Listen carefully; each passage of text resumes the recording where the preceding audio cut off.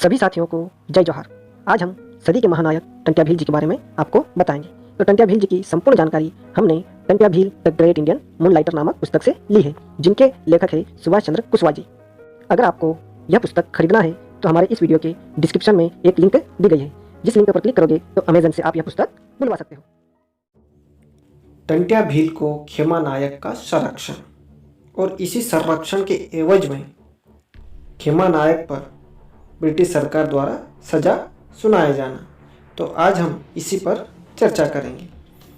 तो ब्रिटिश सरकार जब टंट्या मामा को पकड़ रही थी तो वह हमेशा असफल हो रही थी, जिसका मुख्य कारण यह बता रहे हैं कि टंट्या भील को होलकर रियासत के लोगों द्वारा मदद मिलती है।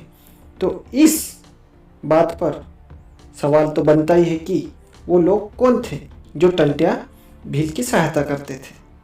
तो उनमें एक नाम खेमा नायक का भी आता है। खेमा नायक होलकर रियासत में पटेल या मुखिया था, जो होलकर रियासत का एक शक्तिशाली आदमी कहा जा सकता है। वह 25,000 रुपये तक का साहूकार व मुख्य रूप से पशु व्यापारी था। वह वर्ष भर में लगभग 1,000 से ज़्यादा पशुओं का व्यापार करता था। पशुओं का व्यापारी होने के कारण वह अन्य राज्यों की यात्रा किया करता था, जिसमें वह खानदेश, मालवा व सतपुड़ा के घने जंगलों, पहाड़ों के रास्ते होकर अन्य राज्यों का भ्रमण करता था। जहाँ खेमा नायक का जंगलों के रास्ते कई लुटेरे व डाकुओं से सामना होता था, जिनसे वह मित्रता कर लिया करता था। वह हथियार व घोड़े उपलब्ध करवाता था, जिसके बदले खेमा नायक को अच्छा खासा मुनाफा हो जाया करता था। इसी दौरान उसकी मुलाकात टंट्या भील से हुई। कुछ ही दिनों में उनकी अच्छी मित्रता हो गई, जिसमें खेमा नायक की ताकत और बढ़ गई। टंट्या भील से प्राप्त धन के बल पर वह पशुओं की खरीदी बिक्री में कई गुना लाभ कमाने लग गया। इसी कारण टंट्या की मदद करना उसका कर्तव्य बन गया और वह टंट्या को शरण भी देने लग गया।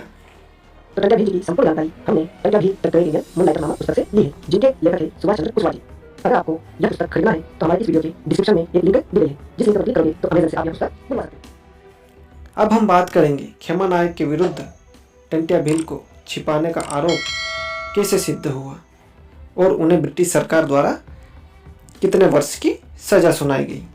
तो खेमा नायक के लगभग 1,800 रुपये की संपत्ति लूट ली गई थी, जिसमें उसने उसके 4 अनुयायियों, जिसमें रामू, चंद्रा, ताजा व मयाराम को जिम्मेदार ठहराया। मतलब उसकी जो संपत्ति लूटी गई उसमें उसने उसके इन 4 अनुयायियों को दोषी ठहराया। वह उक्त संबंध में थाने में रिपोर्ट दर्ज करवाई। थानेदार ने इन चारों को बंदी बना लिया व उन्हें जेल में डाल दिया। उन्होंने जेल के अधिकारियों को बता दिया कि खेमा नायक टंट्या से मिला हुआ है, वह टंट्या को छिपाने में सहायता करता है, वह उसके द्वारा लुटे धन में हिस्सा भी लेता है।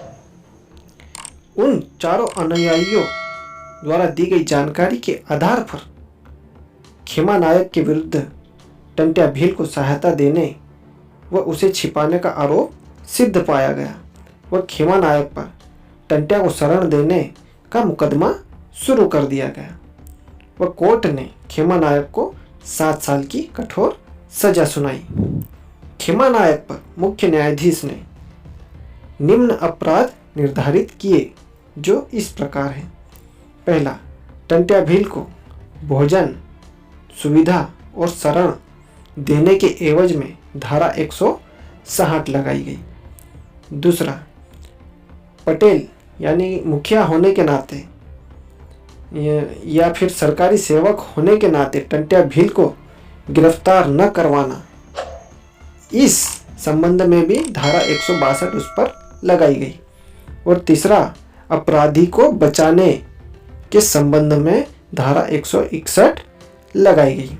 सेशन कोर्ट इंदौर द्वारा उक्त धाराएं खेमा नायक पर लगाई गई व उसे 7 वर्ष का कठोर कारावास दिया गया।